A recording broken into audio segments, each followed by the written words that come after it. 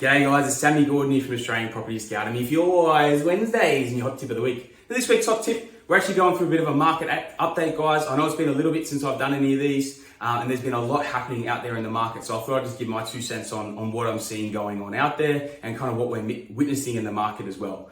Obviously, the big one that's on everyone's lips is the interest rates. There's been, obviously from the start of the year to where we are now, we've pretty well doubled in terms of interest rates. So there's a lot of people who are maybe running neutral and now negative. Positive cash flow investors might have been pulled back, still sitting positive. But a lot of your blue chip negatively geared investors, sorry guys, you're bleeding before, and now you're absolutely bleeding hard now. So obviously the interest rate changes a lot of things when it comes to property investment and what happens.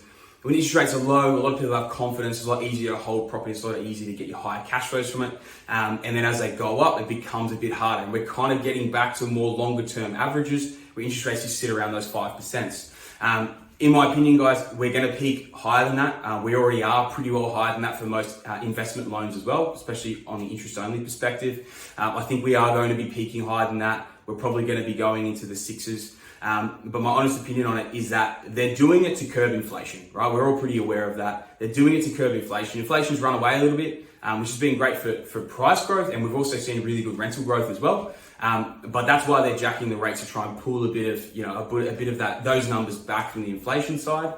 Interest rates are the only lever they really have to pull to kind of try and push that. Once we see that those inflation numbers come back, which we're probably anticipating, in the middle or potentially second half of next year when they come back really in a big way, they're obviously gonna start chopping interest rates again to try and kickstart and get a fire going under the economy again, because there's going to be a lot of industries, a lot of different things that are going to pull back in this higher interest rate cycle. Is it the end of the world, guys? Definitely not. A lot of recent investors the last 2-3 years have only ever experienced interest rates potentially in the 2s or the 3s. I know there's some people out there that were getting interest rates in the 1%, which is obviously crazy.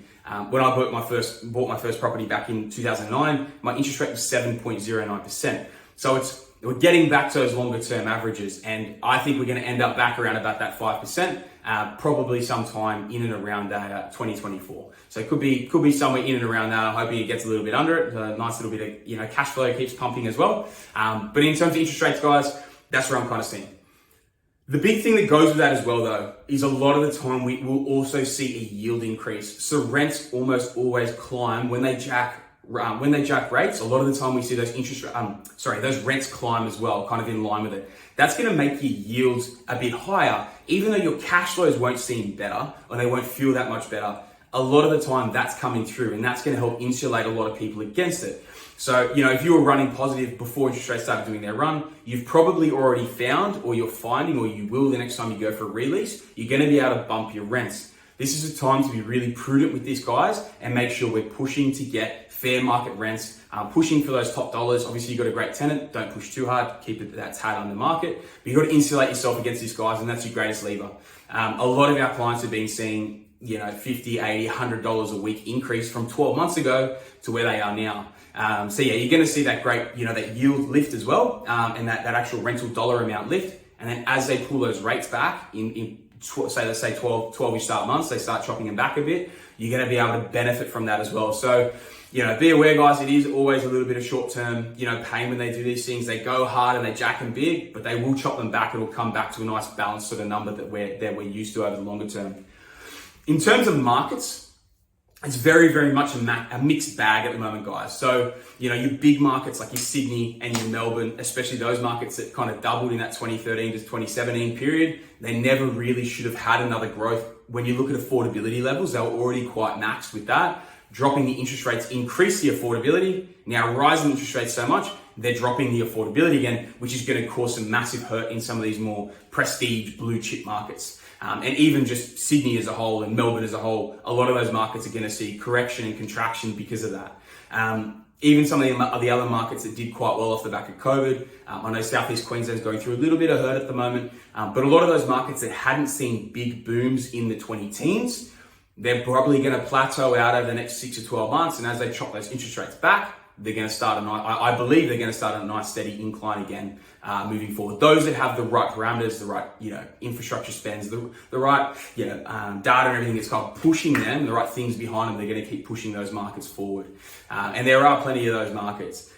But the markets that are really going to perform are the ones that didn't boom just because of COVID. A lot of interstate transitions happened during COVID. Those markets are feeling a bit of a pinch, but those that didn't, but they've got those good projects behind it, but they didn't have that huge COVID surge, they're actually stronger now than they were during COVID, and they're really still pumping on. So it is a much smaller number of markets, guys, but I guarantee you, and like we're witnessing this on the ground, there are still markets out there that are very, very hot.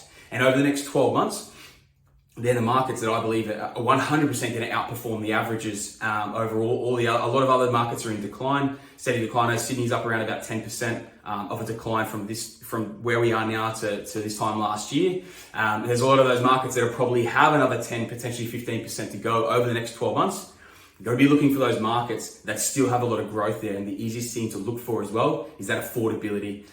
It's always a huge thing when it comes to times like this where things get tight. Those affordability factors will keep pushing those markets and keep those markets strong, combined with the other fundamentals that make those markets right to invest in.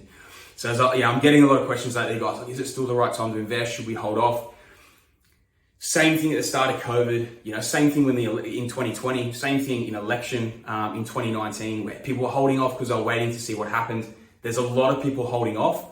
There's markets with opportunities coming up, guys. There's those markets that are still going strong. But I can guarantee you next year there's going to be some blood on the streets in some areas that have still got really good long growth potential in them. But there's people that maybe overcommitted, went a little bit too hard in the last couple of years, borrowed maybe a little bit more than they should have, and they're going to start really feeling the pinch, especially in the next 6 to 12 months as those rate increases, as they start to feel them every month as that's coming through. So that's going to open some really good opportunities as well, guys. So I think it's not one of those times to sit on the sidelines for the next 3, 6, 12 months. A lot of the time you can make great money. I know I've made some of the best money I've ever made out of deals has been when the market has been at its worst, or market sentiment, the herd saying that the market's at its worst has actually been when you can do the best deals. And you just got to be a smart investor. You've got to be picking the right markets where there's either the opportunity and it's going to keep going, or that market is still moving. So yeah, guys, there's always markets within markets. Australia is a huge place. Yes, there's markets in decline, but there is definitely still markets performing really, really well.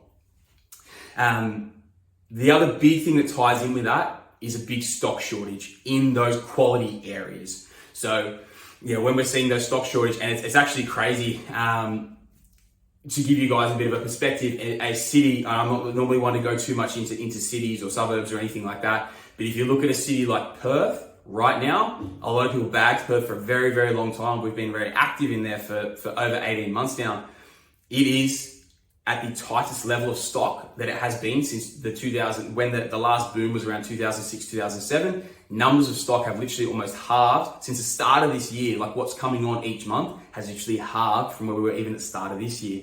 So you look at a market like that, people talk about pressure and all the rest of stuff on a market.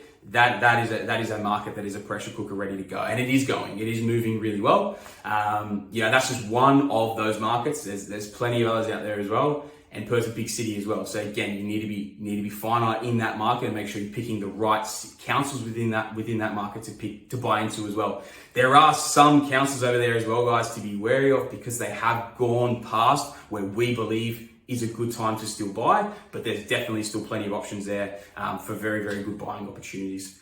So yeah, guys, that's pretty much the market update, the market wrap. I still think it's a really good time to be out there getting in the market. There's always a great time whenever you can buy, it's always a great time because there's always opportunities somewhere. You can still always source a great deal somewhere, and there's always a market that's still growing somewhere as well. So be open to the opportunity, guys. I strongly urge not to kind of go into a shell just because interest rates are going up, but you're also going to be smart. And over the next few weeks, over the next couple of months as well, you're going to see I'm going to be releasing different sort of updates and Wise Wednesdays on all these different things of how to beat and battle, potentially a negatively geared portfolio. How do you turn it the other way? And some tips and strategies around all that as well. Anything you guys want to see, or any questions you guys have as well that you want answered like this, feel free to reach out, guys, either comment it or send us a direct message. But yeah, guys, otherwise, get amongst it and let's get going.